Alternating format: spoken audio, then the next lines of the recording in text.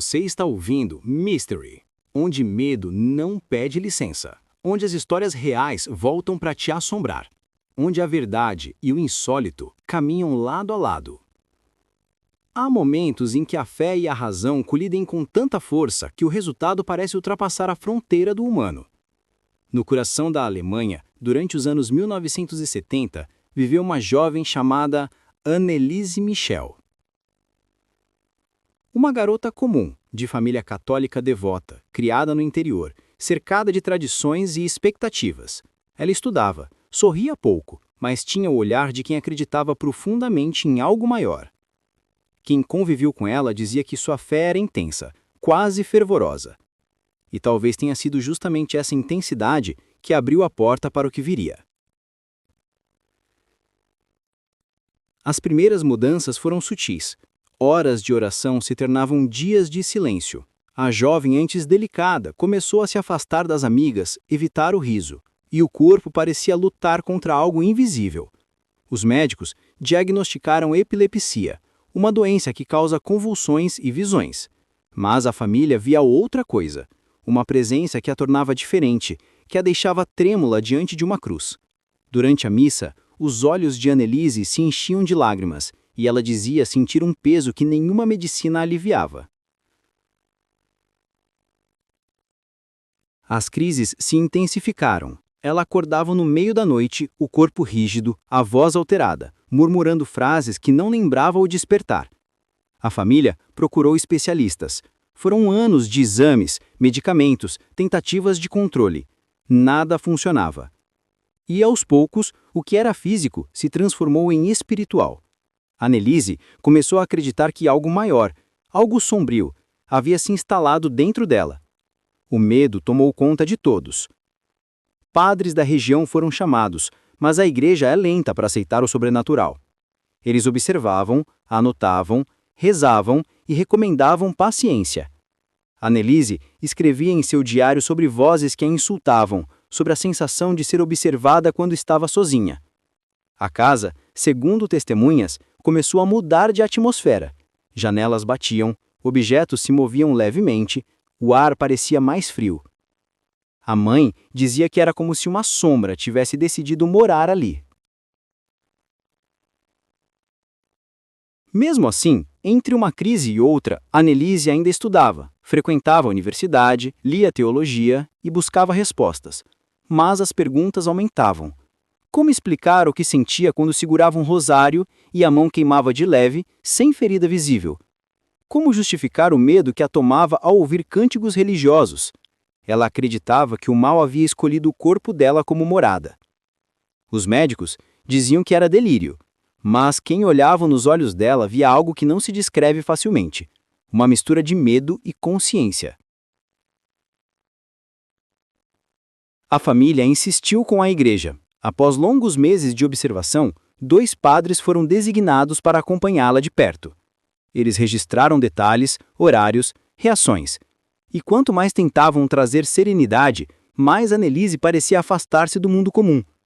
Começou a rejeitar alimentos, a evitar o toque das pessoas. Falava de vozes que a chamavam, de nomes que não conhecia. Os sacerdotes perceberam que algo estava além da simples doença, mas a prova precisava ser clara. E isso viria em pouco tempo. O ambiente familiar se tornou tenso, silencioso. A mãe rezava em voz baixa, o pai caminhava inquieto pela casa. Todos esperavam uma resposta que não vinha. Até que certa noite, durante uma visita pastoral, o padre notou algo diferente. Anneliese, que sempre se mantinha contida, ergueu o olhar de forma estranha. Os olhos estavam fixos, profundos, e por um instante o homem sentiu um arrepio involuntário.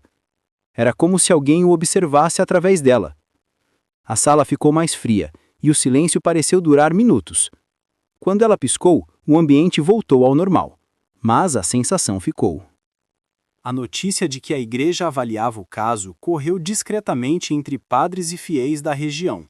Alguns achavam absurdo, outros, inevitável. Afinal, o comportamento de Anneliese já não cabia nos relatórios médicos. Os remédios não faziam efeito, e as noites se tornaram cada vez mais perturbadoras. Ela dizia sentir presenças, sombras que se moviam mesmo quando as luzes estavam acesas. O quarto, que antes cheirava a flores e livros, agora tinha um odor metálico, frio, quase de ferrugem. Quem entrava dizia sair com um mal-estar difícil de explicar. Um dos padres, Ernst Alt, anotou em seu diário: há algo ao redor dela que não é deste mundo. Não é apenas sofrimento humano. É uma pressão invisível. Essas anotações se tornaram peça central na decisão posterior da igreja. Alt relatou que, ao tentar rezar na presença da jovem, a temperatura parecia cair subitamente. O ambiente se tornava denso, e, segundo ele, os olhos dela, ainda os mesmos, humanos, jovens, pareciam conter uma espécie de cansaço antigo, como se algo muito velho a observasse por dentro. Os médicos, por sua vez, insistiam na versão neurológica. Diziam que tudo era sintoma de epilepsia e psicose, mas nenhum exame de imagem, nenhum teste explicava o motivo de o corpo dela reagir a símbolos religiosos com tanta força. Nem porque, durante alguns episódios, ela parecia saber detalhes da vida de pessoas que acabara de conhecer. Era como se as fronteiras da consciência tivessem se rasgado. O Vaticano, então, enviou uma recomendação discreta: observar mais. A Igreja evita a palavra possessão até o limite. Mas enquanto a hierarquia decidia, a vida de Anneliese se transformava num ciclo de desespero e lucidez. Nos momentos bons, ela sorria, pedia desculpas, dizia que não queria causar medo. Nos ruins, chorava, tremia, dizia que eles não a deixavam dormir. E o mais assustador: às vezes, referia-se a si mesma no plural. A família começou a registrar o cotidiano em cadernos, tentando encontrar um padrão. Nada fazia sentido. E então veio o dia em que o padre Arnold Hens visitou a casa pela primeira vez. Ele não era um homem facilmente impressionável. Trabalhava com casos difíceis, conhecia as fronteiras entre fé e superstição. Mas quando cruzou a porta e a viu, soube que aquele não era um caso comum. Mais tarde diria que a atmosfera dentro da casa era espessa, como se o ar pesasse, e algo nele instintivamente quis sair e rezar do lado de fora. Após semanas de observação, ambos os padres escreveram relatórios formais pedindo autorização para o ritual. A autorização veio em setembro de 1975. E foi então que a história ultrapassou o campo da fé e entrou no terreno do insondável. As sessões foram discretas. Ninguém além da família e dos padres sabia o que acontecia dentro daquelas paredes. Mas a vizinhança notava ruídos, gritos abafados, janelas que vibravam durante a madrugada. Os vizinhos comentavam com medo. Diziam que, quando o vento vinha do norte, ouvia-se o eco da voz dela por entre as árvores. Alguns evitavam passar pela rua depois do pôr do sol. Os registros oficiais da igreja mais tarde revelariam o conteúdo das gravações feitas durante as sessões. Vozes graves, entrecortadas, dialogando em idiomas que Anneliese jamais estudou. Os especialistas que ouviram as fitas descrevem-nas como dissonantes, múltiplas. Mas o que mais impressiona não é o som, é o espaço entre as palavras. O silêncio que as envolve, como se o ar também participasse do diálogo. Enquanto isso, a saúde de Anneliese piorava. Ela recusava alimentos, dizia que o estômago queimava quando comia. E, paradoxalmente, havia momentos de lucidez em que pedia que tudo terminasse. Ela dizia que estava cansada, mas não de viver. Cansada de lutar. As pessoas próximas afirmam que nesses raros instantes sua voz voltava a ser doce, humana, cheia de uma serenidade triste. Como se soubesse que não haveria volta. As semanas se transformaram em meses e a família começou a se dividir entre fé e desespero. Alguns pediam à igreja que interrompesse os rituais, outros acreditavam que parar seria pior, e os padres, cada vez mais exaustos, continuavam entre o medo e a esperança. O próprio padre Hens escreveu: às vezes sinto que não é ela quem precisa ser salva, somos nós. Aquela casa em Klingenberg havia se tornado um ponto onde realidade e o inexplicável se cruzavam. E à medida que o inverno se aproximava, a sensação de clausura aumentava. Os dias eram curtos, as noites pareciam eternas, e algo invisível, silencioso e denso parecia crescer junto com o frio. O inverno de 1975 caiu pesado sobre Klingenberg. O vento cortava, as janelas tremiam e a pequena cidade parecia encolher a cada noite. Naquela casa, onde os padres continuavam suas visitas, o tempo havia parado. As cortinas permaneciam fechadas o dia inteiro. A família falava pouco. O som de orações e suspiros havia se tornado parte da rotina, como o tic-tac de um relógio. Mas havia algo novo, um silêncio diferente, que pesava mais do que qualquer grito. A mãe dizia que às vezes acordava sentindo um perfume antigo, doce, que logo se tornava um cheiro de mofo e ferrugem. O pai dormia mal, atormentado por sonhos em que via a filha sorrindo em lugares vazios. E os padres, já esgotados, começaram a duvidar da própria sanidade. O padre Alt relatou que certa noite sonhou estar recitando orações diante dela, e ao abrir os olhos, percebeu que o sonho continuava, mas ele estava acordado. Naquela mesma noite, as paredes do quarto dela apresentaram pequenas manchas escuras, que desapareceram ao amanhecer. Nada foi dito, mas todos viram. A ciência insistia que tudo tinha uma explicação: distúrbios mentais, privação de sono, efeito colateral de medicamentos, mas nenhuma teoria conseguia explicar os fenômenos que as pessoas testemunhavam com os próprios olhos. E quanto mais os padres oravam, mais as manifestações aumentavam. Era como se cada palavra dita acendesse uma faísca em algo invisível. A Anneliese já não reagia como antes. Havia dias em que ficava em silêncio absoluto, encarando o vazio, como se esperasse uma resposta que nunca vinha. Em outros momentos, tremia sem motivo. Os olhos perdiam o foco, e o corpo reagia a coisas que não estavam ali. Ela dizia ouvir risadas distantes, como ecos em uma sala vazia, e de vez em quando dizia sentir uma presença parada atrás dela, imóvel, observando. O padre Hentz descreveu a sensação de entrar no quarto, o ar rarefeito, o frio inexplicável e a estranha percepção de que havia mais alguém, mesmo quando estavam sozinhos. Era o tipo de medo que não vem do som, mas do silêncio. Um medo que não grita, apenas existe, constante, paciente, real. Nessas condições, o limite entre fé e desespero se tornou quase inexistente. A cada nova sessão, os padres anotavam frases, trechos de orações interrompidas, palavras que pareciam vir de outro tempo. E ao final, a mesma sensação, cansaço e vazio. Mas o rosto de Anneliese mudava, ora sereno, ora tomado por uma tristeza tão profunda que ninguém ousava chamá-la de loucura. Ela dizia que dentro dela havia muitos e que o corpo já não lhe pertencia completamente.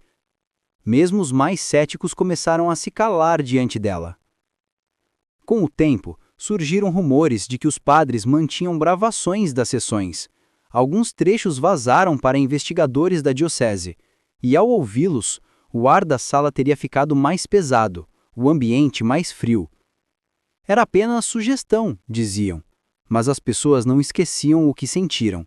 Aquilo não parecia encenação, parecia um vestígio de algo que a mente humana não estava preparada para entender. Enquanto isso, o corpo de Anneliese enfraquecia. Mas, em contraste com a fraqueza física, havia momentos em que demonstrava uma força improvável. Os registros descrevem lapsos de energia repentino, seguidos de esgotamento total. E mesmo quando o corpo já não respondia, os olhos, sempre os olhos, pareciam intensos demais, como se algo neles observasse mais do que via. Um médico, chamado pela família, saiu da casa pálido. Disse apenas: "O problema aqui não é físico." Nunca mais voltou. A essa altura, o caso começava a vazar para a imprensa local, mas as autoridades tentavam conter as informações, temendo escândalo. A igreja, silenciosa, observava, e os padres, cada vez mais isolados, sentiam o peso da responsabilidade. Alt escreveu em uma de suas últimas anotações: quando o mal se disfarça de sofrimento, a compaixão se torna uma armadilha. Naquela casa, ninguém mais falava em cura, falavam apenas em resistência, e a sensação de que algo mais forte e mais antigo estava presente tornou-se uma verdade silenciosa. O inverno passava lentamente, mas ali dentro, o tempo já não obedecia às estações. Na primavera de 1976, a Alemanha começava a florescer, mas em Klinkenberg, a casa dos Mikkel era um lugar onde o tempo permanecia imóvel. O sol entrava pelas janelas e parecia não tocar nada, como se a luz tivesse medo. O ar ainda era denso, o cheiro metálico persistia, e o som das orações ecoava em um ciclo sem fim. Anneliese, agora com um corpo exausto, parecia viver entre dois mundos, o que a cercava e o que ninguém mais podia ver. Os padres continuavam suas sessões, mais curtas, mais cansadas. As mãos tremiam ao folhear as páginas, e os olhos já não escondiam o esgotamento. Mas eles sabiam, havia algo ali que não podiam abandonar. A fé os mantinha, ou talvez o medo de desistir. A cada encontro ela falava menos, mas o olhar dizia tudo. Era um olhar antigo, distante, e ao mesmo tempo profundamente humano. Parecia pedir descanso, mas também compreender que não haveria trégua. A ciência havia se afastado. Os médicos que acompanhavam o caso desistiram, alegando incapacidade de diagnóstico. Nenhum exame explicava as reações, as mudanças de voz, os lapsos de memória. E mesmo quem não acreditava em nada, ao entrar naquela casa, saía diferente. Um investigador da polícia local relatou que, ao inspecionar o ambiente, sentiu um arrepio persistente, como se alguém o observasse do alto da escada. Não vi nada, escreveu, mas saí com a sensação de que algo havia me seguido. Os padres começaram a registrar tudo em detalhes: o horário das preces, as reações, o estado físico dela. Mas mais do que registros, eram confissões. Em cada linha a dúvida crescia. E se o mal não estivesse nela, mas ao redor de todos? E se o que chamavam de possessão fosse apenas o reflexo da própria humanidade, frágil, desesperada, cheia de medo? Essas perguntas nunca tiveram resposta. O dia 1º de julho chegou sem avisar. A manhã era fria mesmo para o verão. A casa estava silenciosa demais. Quando o pai entrou no quarto, ela estava imóvel, com o rosto voltado para o teto. Nenhum sinal de sofrimento. Apenas paz. O relógio marcava 8h45 da manhã. O corpo pesava 30 quilos. E o silêncio era tão absoluto que parecia impossível de quebrar. O médico foi chamado. O relatório foi curto. Morte por inanição e exaustão. Mas o que realmente matou Anneliese Mikkel permanece um enigma. Os padres caíram de joelhos. A mãe ficou parada, sem lágrimas. E o mundo, que até então ignorava a história, finalmente prestou atenção. A imprensa chegou como uma tempestade. Jornais, rádios, câmeras, todos queriam entender o que havia acontecido naquela casa. Alguns chamaram de fanatismo, outros de tragédia espiritual. Mas ninguém conseguiu explicar completamente. E quanto mais se tentava entender, mais o mistério crescia. O julgamento começou meses depois. Os pais e os 2 padres foram acusados de negligência. A sala de audiência estava lotada. Entre os presentes, curiosos, jornalistas e estudiosos. Quando as gravações foram reproduzidas, o ambiente mudou. As vozes, múltiplas, graves, indecifráveis, ecoaram pelas paredes do tribunal. Alguns repórteres escreveram que o ar ficou frio de repente. Outros disseram que o som parecia vir de vários lugares ao mesmo tempo. Não havia como negar o impacto. Era algo real, captado em fita e que até hoje desafia a explicação técnica. Os padres foram condenados a 6 meses de prisão, pena suspensa. A sentença foi leve, mas o peso moral ficou para sempre. O juiz disse: talvez todos tenham acreditado demais. Anneliese foi sepultada em Klinkenberg. O túmulo simples, coberto por flores, virou ponto de visitação. Pessoas vinham de longe, deixavam bilhetes, pediam ajuda, agradeciam. Alguns afirmavam sentir um calor estranho no peito ao se aproximar. Outros diziam ouvir um leve murmúrio, como uma oração distante. Nada disso foi comprovado, mas ninguém saía indiferente. Os anos passaram, mas o caso não morreu. As gravações continuam arquivadas, protegidas pela Igreja. Pesquisadores as analisam, teólogos as interpretam, céticos as desafiam. E quanto mais se tentam entender, mais o caso se torna um espelho da própria humanidade, um reflexo do que não queremos admitir, que o inexplicável pode existir mesmo dentro da razão. Hoje, a casa em Klintberg ainda está de pé. Reformada, silenciosa, mas carregando uma história que o tempo não apaga. Os moradores evitam falar sobre o passado, mas dizem que em certas madrugadas, quando o vento vem do leste, as janelas vibram suavemente, e o ar parece mais frio do que o normal. Não é medo, dizem, é respeito, porque ali, entre paredes comuns, uma batalha antiga foi travada, e ninguém sabe quem venceu. O túmulo de Anneliese ainda recebe flores, e segundo relatos de visitantes, há sempre um detalhe curioso: as velas deixadas ali demoram mais tempo para apagar. Talvez coincidência, talvez não. O caso de Anneliese Michel permanece como um dos episódios mais misteriosos, reais e assustadores da história moderna. Um ponto de encontro entre fé e ciência, luz e sombra, o humano e o sobrenatural.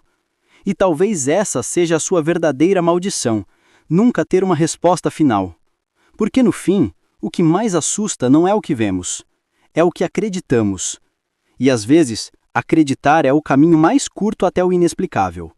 Alguns mistérios não morrem, apenas mudam de corpo.